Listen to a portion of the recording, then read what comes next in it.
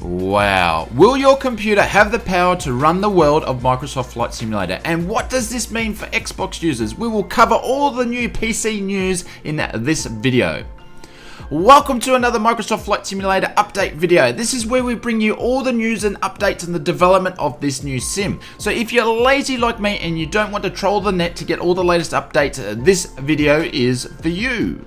Wow, this is one of the questions we have been waiting for a long time. The team at Microsoft Flight Simulator have released the PC specs for the upcoming 2020 sim. This is what their save to date was all about. Now this gives us the potential of the virtual pilots, the information we need to know if our current machines are up to the challenge. They've also released information on what bandwidth is needed, so which means you may have the PC power to run the new up and coming 2020 sim, but you may not have the bandwidth to run this sim at the top level. So we've been saying all that, let's jump into the PC specs and we'll go through the minimum, the recommended and the ideal requirements for Microsoft Flight Simulator 2020.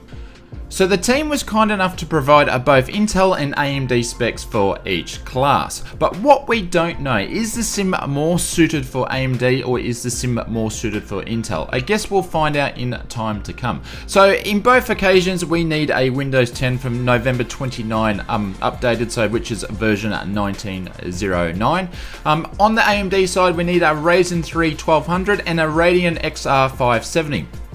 On the NVIDIA or the Intel side, we need an Intel i5 4460 and a NVIDIA GTX 770. On the other specs, we both need our VRAM to be 2 gigs, a RAM to be 8 gigs, and our hard drive space to be 150. So we've been saying that if you've had a gaming PC around in the last 5 years, you should be able to have these specs, and or if not, smash these specs out of the ballpark. They have mentioned also at that sort of hardware type you need 5 megabytes of bandwidth, which that should around the world suit most people, should be able to get more than 5. Moving on to the recommended specs, having a look at the AMD side, you need a Ryzen 5 1500X, and in the graphics you need a Radeon RX 590. Over on the Intel side you need an i5 8400 or a NVIDIA GTX equivalent of a 970.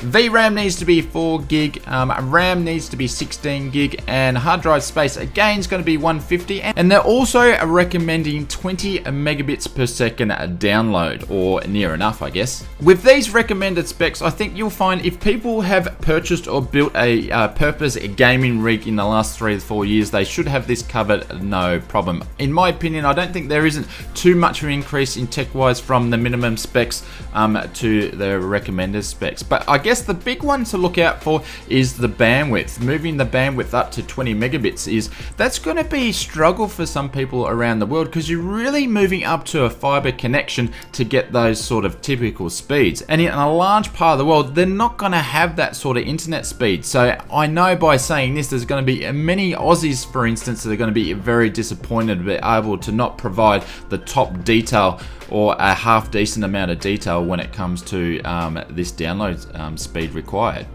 So let's take a look at the ideal specs. And do you need a supercomputer to run Microsoft Flight Simulator 2020 at its optimal level? So let's take a look at the AMD side. You need a Ryzen 7 Pro 2700X and a Radeon 7.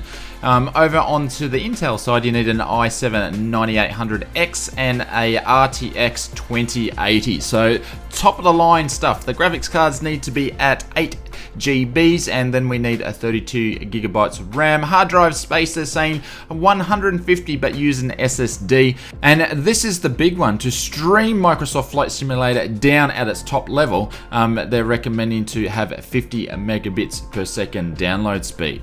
Wow, I think there's going to be a few computer upgrades happening to have the perfect system to cover this, and for a lot of people this is above their means of or how much they're willing to spend to get a PC to run Microsoft Flight Simulator at the optimum level. The PC chips themselves are going to be at that $1,000 US level, and a PC are going to be between $3,000 to $4,000 plus or more to get to that ideal specifications, which is going to be out of the range of the casual simmer budget. But within saying that, this is a next generation sim and it needs to stand the test of time for many years to come. We had the same type of issue when a Microsoft Flight Simulator FSX was released. Basically all our computers ran that as if we were running a PowerPoint presentation. But what does that mean for all the Xbox users out there? In my opinion, I can't see them using that on the Xboxes that are out today with these types of specifications, which means I think they're going to need to use it on the new Xbox Series X to run Microsoft Flight Simulator. The Xbox Series X will be released later on this year in the holiday season. None of this is confirmed, that's obviously my speculations, but hey, when you can compare what specifications are needed, I think it's going to be the Xbox Series X that's going to be able to run this when it comes to console level.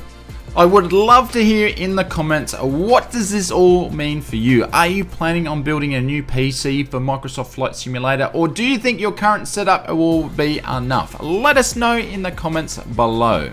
On the other Microsoft Flight Simulator news, a new alpha build was released a few days ago. It was a 1.2.12.0. This was introducing the new Azure TTS tech. Basically, this is a tech for generating speech for radio communication.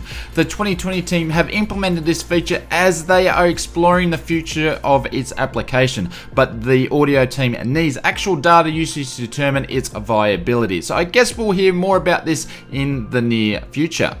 And mainly the other additions for this alpha build was a bunch of bug fixes and also an SDK update which had a bunch of fixes as well for the third-party developers. The next update from the 2020 team will be on the 23rd of April, so only a couple of days away. So we'll keep you posted and updated here at the Oz Flight Simmer channel. So if you like this video, please smash that blue thumbs up button. It really helps out a lot. And if you're new to the channel and you want to stay up to date with all the latest Microsoft Flight Simulator development news and insight, please click that subscribe button for weekly videos.